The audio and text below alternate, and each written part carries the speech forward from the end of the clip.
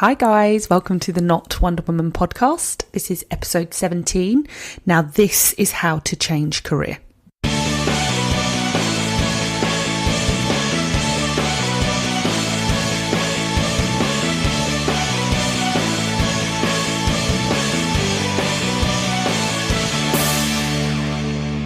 Welcome to the Not Wonder Woman podcast. No capes, no superpowers, just hustle. Not Wonder Woman removes the myth of the ladies who, quote, have it all and gives practical insight to help you, the working woman, conquer the world like the boss babes we know you are. Hi guys, it's Cyran and I have Mel with me, and today we're really excited to talk about career change. And we have Joanna Dai, who is the founder of Dai Wear, which is a brand that's dedicated to performance wear for women, which is, business wear with function. And she's here to talk to us about how she changed career because she is, her background is in banking.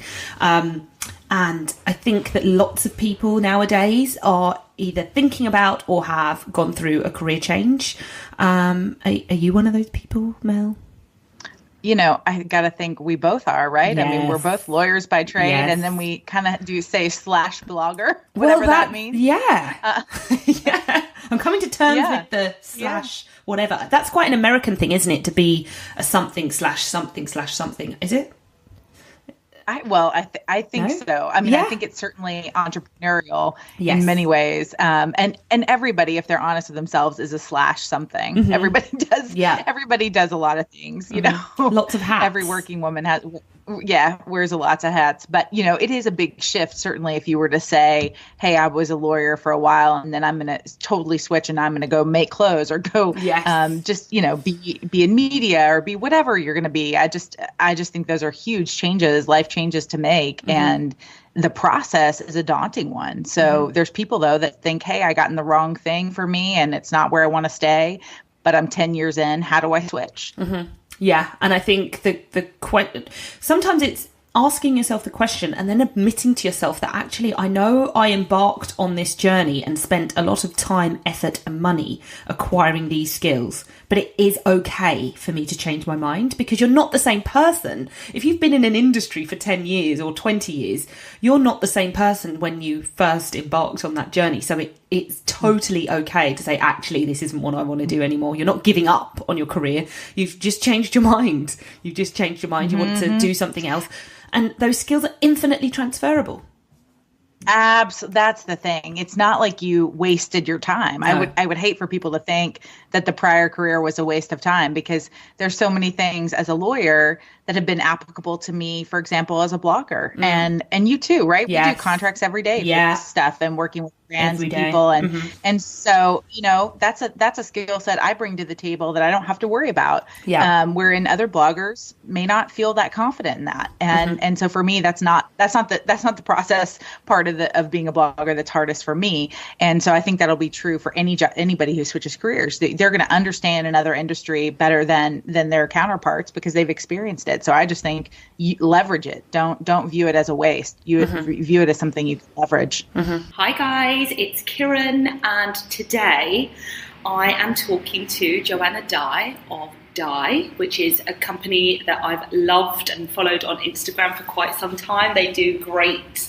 workwear pieces. I'll let Joanna do an intro to her own brand, but the reason why we have you on the podcast today is because you have a really interesting story that I wanted to share with our listeners about career change. So you came into the fashion industry later on, or as a second career. Yes. And I know that there are a few people that listen, and I certainly get feedback from listeners and people online about wanting to make a change at some point in their career. So I thought you were the best person to come and talk to us about that. Yeah.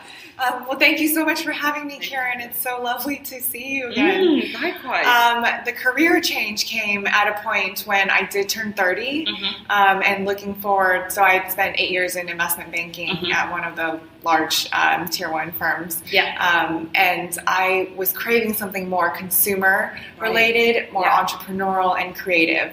So those were the 3 pillars that I really wanted to pivot into. But turning 30, when I looked forward at the sort of path going forward in such a big organization, I felt a bit like a cog in a big machine, and especially as a woman in a male-dominated environment, where was I going to be when I was 40? And those questions really made me question where I wanted to take my career. And you only live once, so I thought it's now, or at 40 it's going to be harder, at 50 it's going to be harder, and that was a big aha moment for me. Yeah, that 30 when it happened. I don't think I've actually heard anybody say when I was 30 I made this big decision. Most people are planning a party. Yeah, that's true.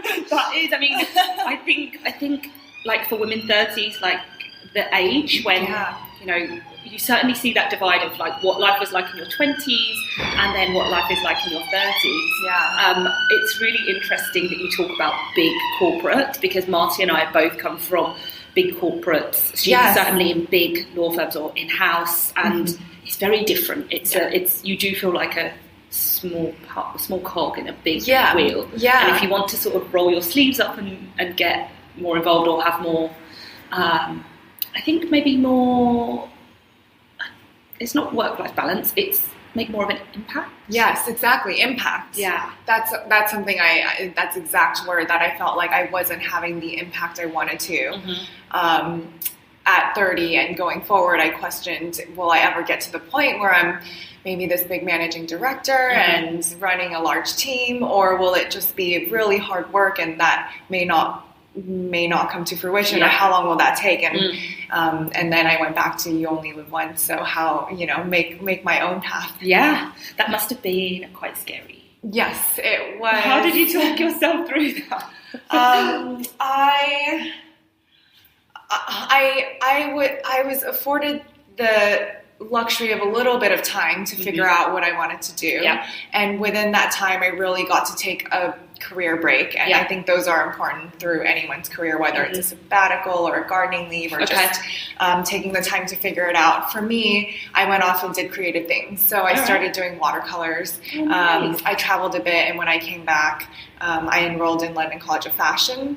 Initially just curious of could I even do this idea that I had, and we'll get to that. But curious to see how it would go. And once you're in the creative space, you learn that anything is possible. Anything can be an inspiration that you turn into something else and create something. The design course gave me that confidence. I also ended up doing a pattern cutting course at London College of Fashion. But after the design course, I went and asked my wedding dress designer, Amelia Wickstead. I love this part of your journey. I love it. So firstly, I love that you went back to uni and properly acquired those skills. I love that. But then I love the fact that you went and did an unpaid fashion internship.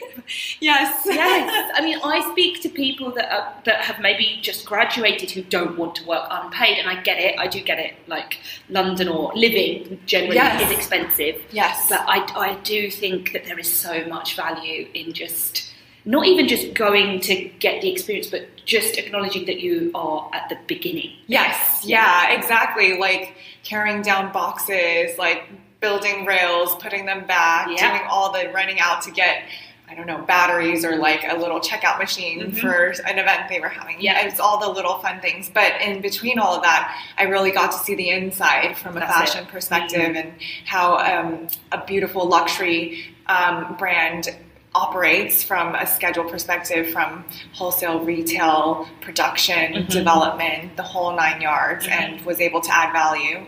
But from that, I gathered what I needed to know from an industry knowledge perspective to figure out my next steps in setting up the business. Yeah. So how did you sort the internship? Because I'm just touching in, we talk about networking.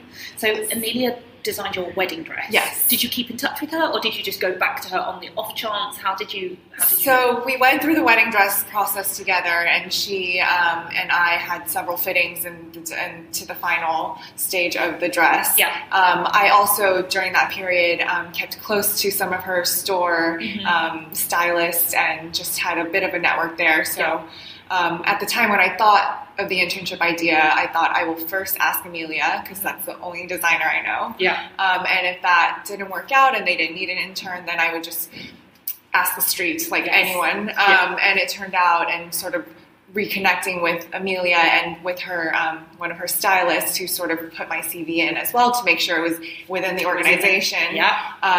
Her then CEO really realized the value of what I was proposing, an 8-year experienced investment banker willing to work for free and help wherever possible within the organization, and it was a pretty easy an easy sell. An easy sell, yes, exactly. Yes. Yeah. All of these skills. No, I love that. But it's connecting the dots, and for me, that was like, I know one designer. It's probably a far stretch, but I'm going to ask her anyway. Shoot for the stars. Shoot for the stars. Yeah, exactly. No, I really like that, and also I just the acknowledgement that there was a lot for you to learn. Yes. Do you think? How did you approach that? Was it daunting? Or did you just? It was. I just had to go back to be a sponge all over again, like with anything. And I thought, on the one hand, I could. Some people might think of doing a full fashion degree, of maybe from a fashion management and business side, and I just thought, I have this many months, I'm going to give myself a crash course and just gather the knowledge I need and go from there. Yes. And so that's what I did, instead of going back and having tuition to pay and all of that. Yeah. Okay, so making it work for you at that moment. Yes. Right. Yeah. So are you able to just give our listeners like a brief overview of the brand you've created? Yes. Yeah. Yes. So the idea was inspired by, and I believe a lot of women feel the pain points of dressing for work. A lot of clothes can be incredibly uncomfortable, restrictive in the waistband, your arms can't really lift up, and we are high performing women with places to go and people to see, and we needed clothes that really moved at that pace. It was on one of these same day work trips where I was dressed in my suit at 4:30, the cab picked me up, flew out to Stockholm, had a day of meetings running around, flew back and got home at 11 p.m. And on the flights, on the way back, I was sitting in my seat and I thought, why doesn't this feel like yoga, and can it look like a power suit? In my mind, and this is years now since this athleisure trend has now been, it's not a trend anymore, it's permanent. Yes. And I thought, the fabric exists, there's a gap in the market, no one has attempted to use this type of fabric technology that's 4-way stretch, breathable, wrinkle resistant, machine washable, all these things. In workwear to the full extent of it, and that was the idea for me. So Dai is a digitally native direct-to-consumer brand that is combining technical fabrics with performance and tailoring, and we do it in a way that, at our ethos, I want to empower women, because comfort is confidence, and we need that confidence to really empower us, especially in a lot of male-dominated industries. And to do all of this in a supply chain that is ethical and sustainable and eco-friendly. I love that. So I have actually worn some of your clothes. They do feel like yoga. They do feel like you are very relaxed. The fabrics are gorgeous, and you guys are the only brand that's doing something like this. Yeah. Definitely. So to our listeners who have not checked out Dai, please have a look. And so we actually sat in Joanna's studio, which is a studio and pop-up store. Yeah, it's a showroom. Yes. Showroom, yes. And it looks lovely. I can see the current collection. It's just really modern, but still works for every environment, and I really love the sizing. So your size range is from 6 to 16. 6 to 16. And if I may, one thing I learned when I was working with Amelia and understanding a luxury supply chain, we produce in smaller batches that meet demand as best as possible. But we also are using luxury factories around the EU. Right. But being direct to consumer means that we're bypassing the middleman, and our pieces retail for $95 to £395, whereas it could be triple the price for some of the brands that our factories work for. Right. At Selfridges or Net-a-Porter. Okay. No, that is really good to know. So I think one of the reasons why I got you on the podcast is the career change journey, the brand itself, because I think it's amazing. I love that you kind of did this on your own. Yeah. I know you're married, so you have the support of your husband, but you didn't get funding. You self-funded the first collection. Correct. So I just touched on it may have been scary to sort of start again, but what is it like to put all of your money into something that isn't yet tried and tested? You're just kind of, I'm assuming you would have, justified it all in your mind, which of course you did. But what is that like? I was really conservative in my financial approach, so I set aside a small quantum to launch. I set aside £30,000, which is for a business of a product, business to start, have a website, have the photo shoot, have the branding, have the model, have prototype, like everything. That's sort of, yes. But for me, I launched with just samples. So it was 8 styles, 5 dresses, and I almost didn't do the suit. Thank God I did, because that's been the bestseller and the strongest piece in the collection.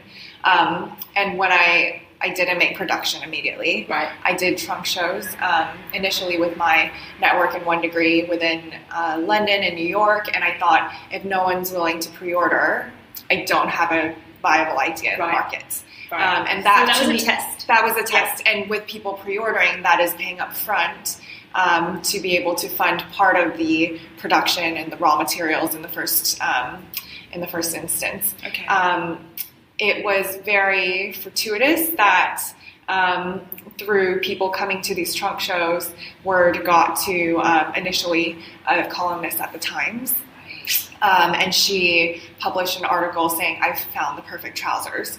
I was sold out that morning. Oh, brilliant. And not that we went off pre-order for very long, but we went back on pre-order and ended up selling hundreds of trousers within the first, the spike from that article. Well done. So that was very lucky, and I think it has that traction and the product itself being high quality and good, and it's continued to roll and create a lot of organic, loyal customers and word of mouth exposure for us. So who is a Dai woman? Who are you making your clothes for? So it is the woman who is in some capacity professional, whether it's initially I thought the finance, consulting, or legal women, but actually it's way more than that. Yeah. We have amazingly inspiring doctors, nonprofit executives, police officers, just the whole spectrum of anyone who needs to look smart and has a demanding job. I think comfort is universal from an age perspective, so anywhere from 25 to 65 plus are the women who are coming to us and needing this convenience factor and travel well factor. And so anyone who's just an inspiring woman is the go-to. Great. So I've come to hear you speak with Alyssa. That's it, Alyssa. Sorry, FT. Sorry, Alyssa. And she asked you how your husband felt about you having this big career change. And as much as I love the question, I'm not suggesting that we should be, necessarily seeking the approval. Just out of interest.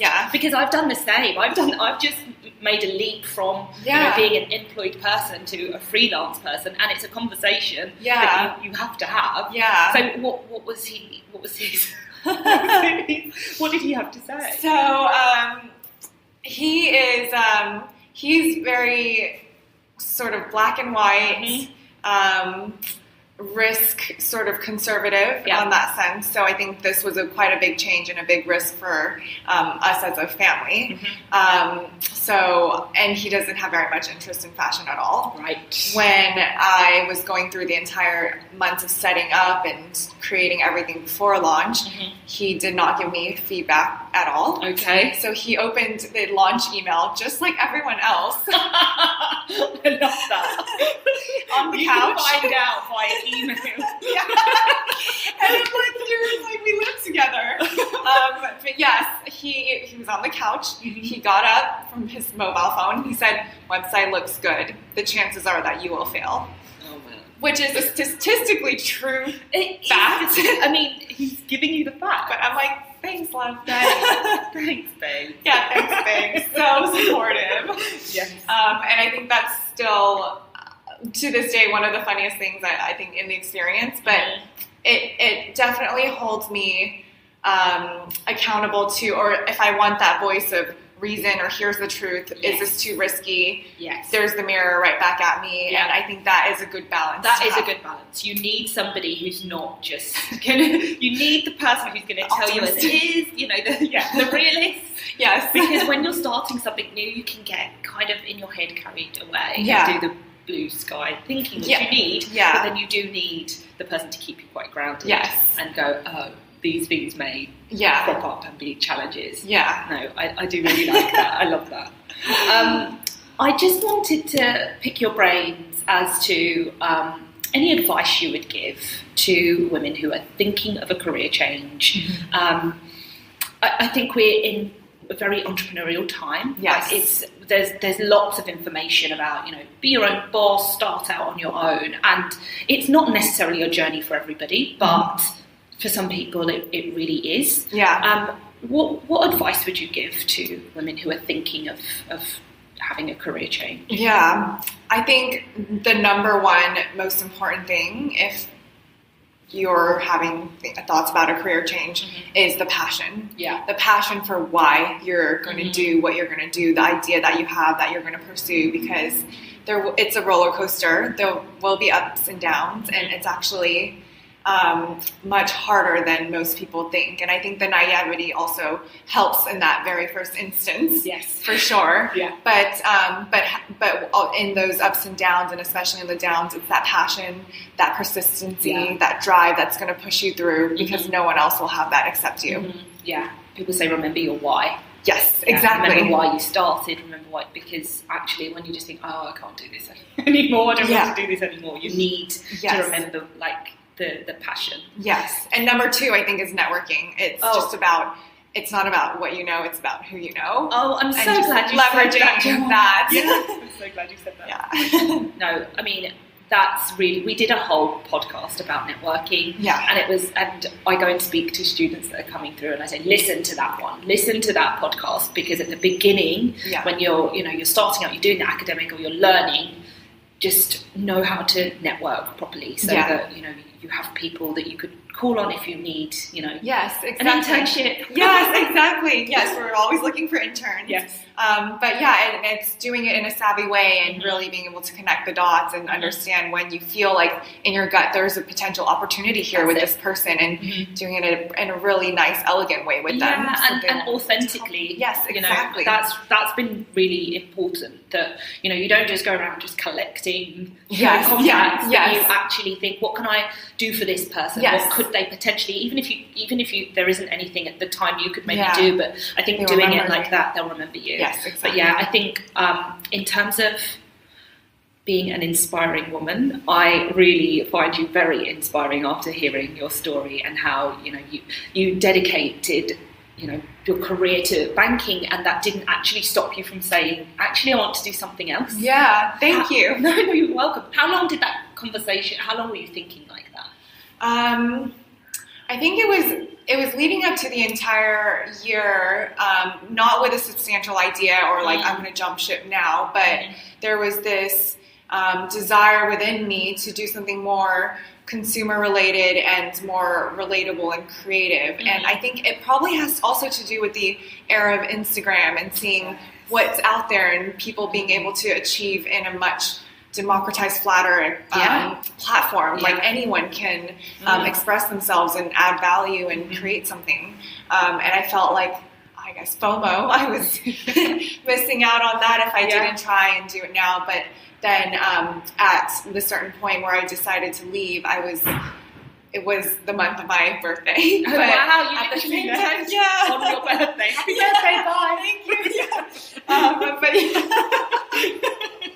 But it just, something within me really felt, it resonated with the timing of it, and timing is also a really important step to everything. But for me, I thought this is the time I should do it.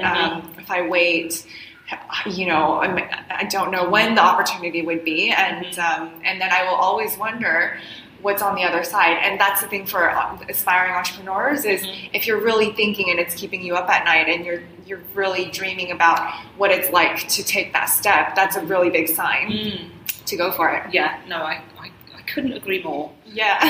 I'm listening and I'm thinking, you were so brave. You were so brave. Like, just to go, actually, this is the time that I need to do this. Yeah. And if it didn't work out, I had skills to go back, very transferable and employable skills. Infinitely transferable skills. Yes. And I think most people have infinitely transferable skills, but people do sometimes pigeonhole themselves. So, your skills are infinitely transferable, guys. They will apply. They will across the board. So even if you're leaving this job, you go and try something, it doesn't work out as planned.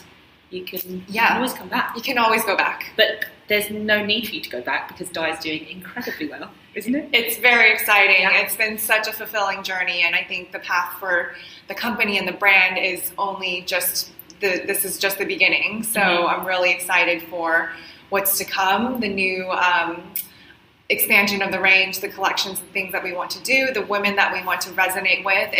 This is just the beginning. Great. It's been lovely to have you, Joanna. Thank you so much, Karen.